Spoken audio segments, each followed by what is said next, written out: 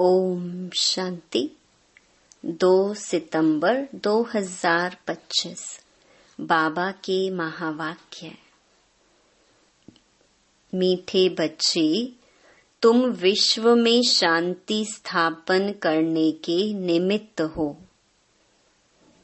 इसलिए तुम्हें कभी अशांत नहीं होना चाहिए। प्रश्न: बाप किन बच्चों को फरमान बरदार बच्चे कहते हैं? उत्तर: बाप का जो मुख्य फरमान है कि बच्चे अमृत वेले सवेरे उठकर बाप को याद करो, इस मुख्य फरमान को पालन करते हैं। सवेरे सवेरे स्नान आदि कर फ्रेश हो मुकर्रर टाइम पर याद की यात्रा में रहते हैं। बाबा उन्हें सपूत व फरमान बरदार कहते हैं। वही जाकर राजा बनेंगे। कपूत बच्चे तो झाड़ू लगाएंगे। ओम शांति। इसका अर्थ तो बच्चों को समझाया है। ओम अर्थात मैं आत्मा हूँ। ऐसे सब कहते हैं जीव आत्मा है जरूर, और सब आत्माओं का एक बाप है। शरीरों के बाप अलग अलग होते हैं, यह भी बच्चों की बुद्धि में है। हद के बाप से हद का और बेहद के बाप से बेहद का वर्षा मिलता है। अब इस समय मनुष्य चाहते हैं विश्व में शांति हो। अगर चित्रों पर समझाया जाए तो शांति के लिए कलयुग अंत सतयुग आदि के संगम पर ले आना चाहिए। यह है सतयुग नई दुनिया। उनमें एक धर्म होता है तो पवित्रता, शांति, सुख है। उनको कहा ही जाता है हेवन। यह तो सब मानेंगे। नई दुनिया में सुख है, दुख हो नहीं सकता। किसको भी समझाना बहुत सहज है। शांति और अशांति की बात यहाँ विश्व पर ही होती है। वह तो है ही निर्वाण धाम, जहाँ शांति अशांति का प्रश्न ही नहीं उठ सकता है। बच्चे जब भाषण करते हैं तो पहले पहले विश्व में शांति की बात ही उठानी चाहिए। मनुष्य शांति के लिए बहुत प्रयास करते हैं, उनको प्राइज भी मिलती रहती है। वास्तव में इसमें दौड़ा दौड़ी करने की बात है नहीं। बाप कहते हैं सिर्फ अपने स्वधर्म में टिको तो विकर्म विनाश हो जाएंगे। स्वधर्म में टिकेंगे तो शांति हो जाएगी। तुम तो हो ही एवर शांत बाप के बच्चे। यह वर्षा उनसे मिलता है। उनको कोई मोक्ष नहीं कहेंगे। मोक्ष तो भगवान को भी नहीं मिल सकता। भगवान को भी पार्ट में जरूर आना है। कहते हैं कल्प कल्प कल्प के संगम युगे मैं आता हूँ। तो भगवान को भी मोक्ष नहीं तो बच्चे फिर मोक्ष को कैसे पा सकते हैं? यह बातें सारा दिन विचार सागर मंथन करने की हैं। बाप तो तुम बच्चों को ही समझाते हैं। तुम बच्चों को समझाने की प्रैक्टिस जास्ती है। शिव बाबा समझाते हैं तो तुम सब ब्राह्मण ही समझते हो। विचार सागर मंथन तुमको करना है। सर्विस पर तुम बच्चे हो, तुमको तो बहुत समझाना होता है। दिन रात सर्विस में रहते हैं, म्यूजियम में सारा दिन आते ही रहेंगे। रात्रि को 10-11 तक भी कहाँ आते हैं, सवेरे 4 बजे से भी कहाँ सर्विस करने लग पड़ते हैं। यहाँ तो घर है, जब चाहे तब बैठ सकते हैं। सेंटर्स में तो बाहर से दूर दूर से आते हैं, तो टाइम मुकर्रर रखना पड़ता है। यहाँ तो कोई भी टाइम बच्चे उठ सकते हैं, परंतु ऐसे टाइम तो नहीं पढ़ना है जो बच्चे उठें और झुटका खाएं। इसलिए सवेरे का टाइम रखा जाता है। जो स्नान आदि कर फ्रेश हो आए, फिर भी टाइम पर नहीं आते, तो उनको फरमान बरदार नहीं कह सकते हैं। लौकिक बाप को भी सपूत और कपूत बच्चे होते हैं ना। बेहद के बाप को भी होते हैं। सपूत जाकर राजा बनेंगे, कपूत जाकर झाड़ू लगाएंगे। मालूम तो सब पड़ जाता है ना। श्री कृष्ण जन्माष्टमी पर भी समझाया है। श्री कृष्ण का जन्म जब होता है तब तो स्वर्ग है, एक ही राज्य होता है, विश्व में शांति है। स्वर्ग में बहुत थोड़े मनुष्य होंगे, वह है ही नई दुनिया। वहां अशांति हो नहीं सकती। शांति तब है जब एक धर्म है, जो धर्म बाप स्थापन करते हैं। बाद में जब और धर्म आते हैं तो अशांति होती है। वहां है ही शांति। 16 कला संपूर्ण है ना। चंद्रमा भी जब संपूर्ण होता है तो कितना शोभता है। उनको फुल मून कहा जाता है। त्रेता में 3/4 कहेंगे। खंडित हो गया ना, 2 कला कम हो गई। संपूर्ण शांति सतयुग में होती है।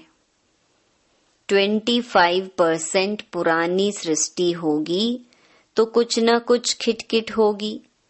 2 कला कम होने से शोभा कम हो गई। स्वर्ग में बिल्कुल शांति, नरक में है बिल्कुल अशांति। यह समय है जब मनुष्य विश्व में शांति चाहते हैं।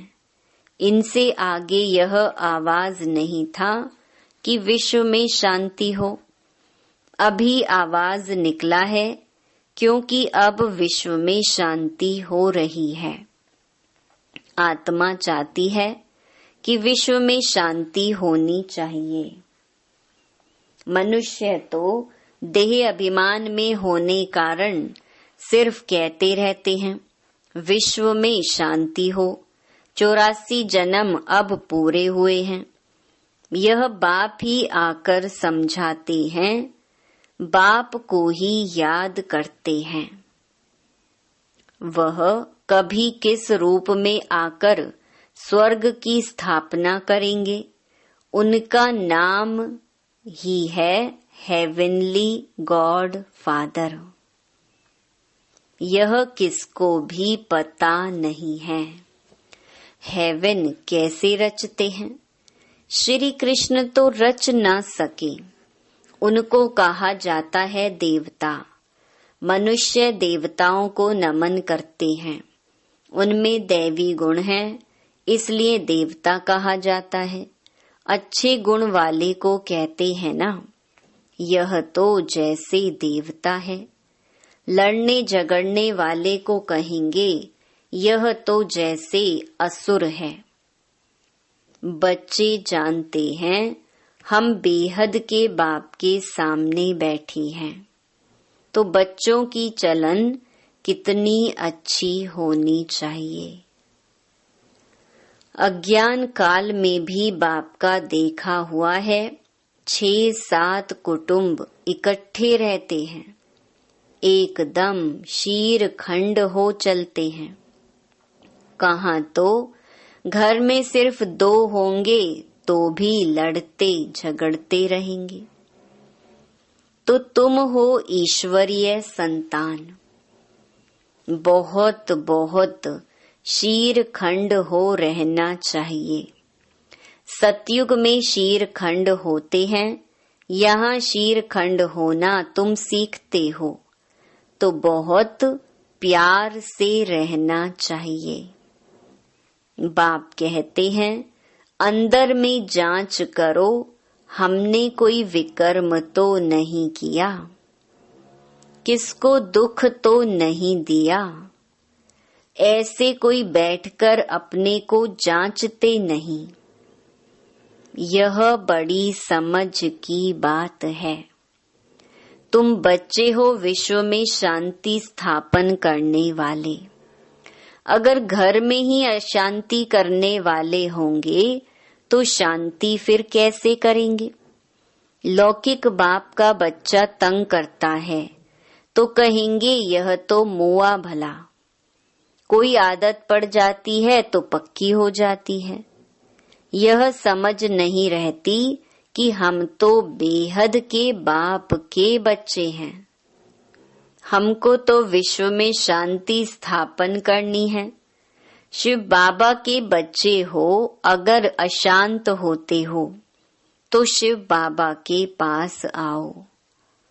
वह तो हीरा है, वो झट तुमको युक्ति बताएंगे। ऐसे शांति हो सकती है, शांति का प्रबंध देंगे। ऐसे बहुत हैं, चलन दैवी घराने जैसी नहीं है। तुम अब तैयार होते हो गुलगुल दुनिया में जाने। यह है ही गंदी दुनिया, वैशाल्य। इनसे तो नफरत आती है। विश्व में शांति होगी तो नई दुनिया में संगम पर हो नहीं सकती। यहाँ शांत बनने का पुरुषार्थ करते हैं। पूरा पुरुषार्थ नहीं करते तो फिर सजा खानी पड़ेगी। मेरे साथ तो धर्मराज है ना। जब हिसाब किताब चुकतू होने का समय आएगा तो खूब मार खाएंगे। कर्म का भोग जरूर है। बीमार होते हैं, वह भी कर्म भोग है ना। बाप के ऊपर तो कोई नहीं है। समझाते हैं, बच्चे गुलगुल बनो तो ऊंच पद पाएंगे, नहीं तो कोई फायदा नहीं। भगवान बाप जिसको आधा कल्प याद किया, उनसे वर्षा नहीं लिया तो बच्चे किस काम के। परंतु ड्रामा अनुसार यह भी होना है जरूर। तो समझाने की युक्तियां बहुत हैं। विश्व में शांति तो सतयुग में थी, जहां इन लक्ष्मी नारायण का राज्य था। लड़ाई भी जरूर लगेगी, क्योंकि अशांति है ना। श्री कृष्ण फिर आएगा सतयुग में। कहते हैं, कलयुग में देवताओं का परछाया नहीं पड़ सकता है। यह बातें तुम बच्चे ही अब सुन रहे हो। तुम जानते हो, शिव बाबा हमको पढ़ाते हैं। धारणा करनी है, सारी आयु ही लग जाती है। कहते हैं ना, सारी आयु समझाया है, फिर भी समझते नहीं हैं। बेहद का बाप कहते हैं, पहले पहले मुख्य चीज तो समझाओ। ज्ञान अलग और भक्ति अलग चीज है। आधा कल्प है दिन, आधा कल्प है रात। शास्त्रों में कल्प की आयु ही उल्टी लिख दी है, तो आधा आधा भी हो नहीं सकते। तुम्हारे में कोई शास्त्र आदि पढ़े हुए नहीं हैं तो अच्छे हैं। पढ़े हुए होंगे तो संशय उठाएंगे, प्रश्न पूछते रहेंगे। वास्तव में जब वानप्रस्थ अवस्था होती है तब भगवान को याद करते हैं। कोई न कोई की मत से, फिर जैसे गुरु सिखलाएंगे, भक्ति भी सिखलाते हैं। ऐसे कोई नहीं जो भक्ति ना सिखलाए। उनमें भक्ति की ताकत है, तब तो इतने फॉलोअर्स बनते हैं। फॉलोअर्स को भक्त पुजारी कहेंगे। यहाँ सब हैं पुजारी, वहाँ पुजारी कोई होता नहीं। भगवान कभी पुजारी नहीं बनता। अनेक पॉइंट्स समझाई जाती हैं। धीरे धीरे तुम बच्चों में भी समझाने की ताकत आती जाएगी। अभी तुम बतलाते हो श्री कृष्ण आ रहा है। सतयुग में जरूर श्री कृष्ण होगा, नहीं तो वर्ल्ड की हिस्ट्री ज्योग्राफी कैसे रिपीट होगी। सिर्फ एक श्री कृष्ण तो नहीं होगा। यथा राजा रानी तथा प्रजा होगी ना। इनमें भी समझ की बात है। तुम बच्चे समझते हो, हम तो बाप के बच्चे हैं। बाप वर्षा देने आए हैं। स्वर्ग में तो सभी नहीं आएंगे, न त्रेता में सब आ सकते हैं। झाड़ आहिस्ते आहिस्ते वृद्धि को पाता रहता है। मनुष्य सृष्टि रूपी झाड़ है। वहाँ है आत्माओं का झाड़। यहाँ ब्रह्मा द्वारा स्थापना, फिर शंकर द्वारा विनाश, फिर पालना। अक्षर भी यह कायदे सिर बोलने चाहिए। बच्चों की बुद्धि में यह नशा है। यह सृष्टि का चक्र कैसे चलता है, रचना कैसे होती है। अब नई छोटी रचना है ना। यह जैसे बाजोली है। पहले शूद्र हैं अनेक, फिर बाप आकर रचते हैं ब्रह्मा द्वारा ब्राह्मणों की। ब्राह्मण हो जाते हैं चोटी। चोटी और पैर आपस में मिलते हैं। पहले ब्राह्मण चाहिए। ब्राह्मणों का युग बहुत छोटा होता है। पीछे हैं देवताएं। यह वर्णों वाला चित्र भी काम का है। यह चित्र समझाने में बहुत इजी है। वैरायटी मनुष्यों का वैरायटी रूप है। समझाने में कितना मजा आता है। ब्राह्मण जब हैं तो सब धर्म हैं। शूद्रों से ब्राह्मणों का सैपलिंग लगता है। मनुष्य तो झाड़ के सैपलिंग लगाते हैं। बाप भी सैपलिंग लगाते हैं, जहाँ विश्व में शांति हो।